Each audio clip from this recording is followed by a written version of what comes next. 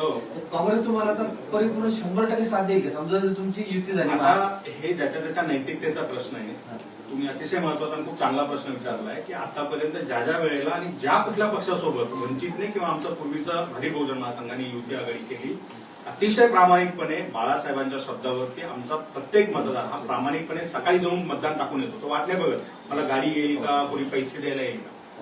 वंचितचा मतदार हा कमिटेड आणि विचाराने चालणारा मतदार आहे. तो प्रामाणिकपणे 100% वोट ट्रान्सफर करतो.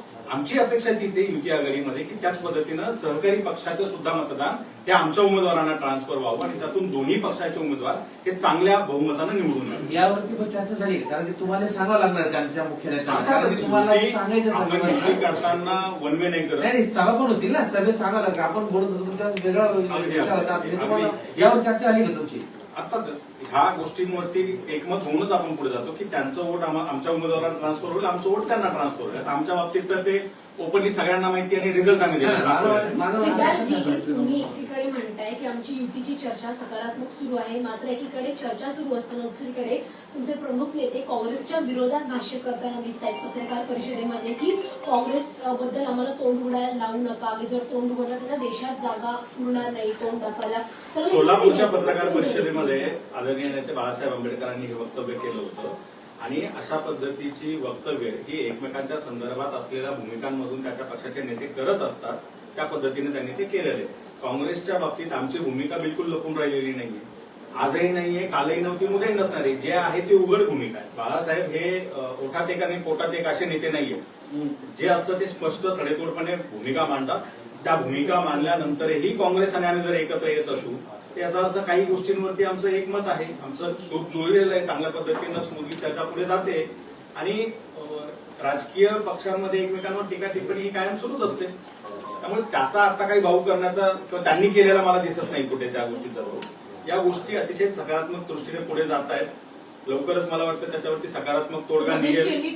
किंवा वर्षा गायकवाड यांच्याकडे मुंबईची सगळी सूत्र आहेत. प्रकाश आंबेडकरजींचे आणि त्यांचं काही थेट बोलणं झालं आहे का तुमच्या एकूणच 3 हे आता बाळासाहेब सांगू शकतील त्यांचं काही तसं टेलिफोनिक कन्व्हर्सेशन झालंय किंवा नाही वगैरे. पण आमची पहिल्या भेटीमध्ये जी एक गोष्ट ठरली की आपण दोन्ही बाजूने 3-3 सदस्यांची कमिटी नेमूयात आणि त्या कमिटीची ती जबाबदारी असेल की पक्षाच्या वतीने त्यांनी सगळं बोलणी करायचं आणि ते फायनल करायचं. त्या पद्धतीनं दोन्ही बाजूने त्या कमिट्या बोलतायत आणि त्या आपापल्या नेत्यांना ब्रीफ करतायत. Thank you sir. हिंदीमध्ये करायचं मराठी हा चालेल ना, राहू दे.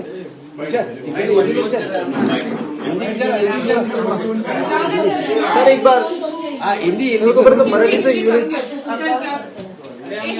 सर एक बार हिंदी में वंचित बहुजन आघाड़ी और कांग्रेस की पूरा मानना आगे मुंबई महानगर पालिका में अलायंस के बारे में जो चर्चाएं चल रही है उसके बारे में पहली बार आज वंचित बहुजन आघाड़ी की तरफ से प्रेस लेकर प्रेस को ब्रीफ किया जा रहा है. इस वार्तालाप में मैं आप सभी का स्वागत करता हूं. इस पत्रकार परिषद में मैं सिद्धार्थ मुखले मुख्य प्रवक्ता, चेतन अहिरे प्रदेश अध्यक्ष मुंबई, सागर गवई युवक प्रदेश अध्यक्ष मुंबई और स्नेहल सोहनी महिला प्रदेश अध्यक्ष मुंबई, हम चारों उपस्थित है. पार्टी की तरफ से हम ये प्रेस इसलिए ले रहे हैं कि आज तक कांग्रेस और हमारे बीच जो भी डायलॉग चल रहा है अलायंस को लेकर वो कहां तक आया है ये ऑफिशियली हमने आज तक स्टेटमेंट जारी नहीं किया था. लेकिन आज वो वक्त आया है कि एक जिस स्टेज पर आज जिस मुकाम पर ये चर्चाएं पहुंची है उसको जनता के सामने लाया जाए, मीडिया के सामने लाया जाए. आज हमारी तरफ से जो चर्चाएं हो रही है वो 3 लोग की कमेटी कर रही है. कांग्रेस की तरफ से 3 लोगों की कमेटी है. उन 2 कमेटियों के बीच में ये चर्चा होती है और अपने अपने पार्टी को नेता को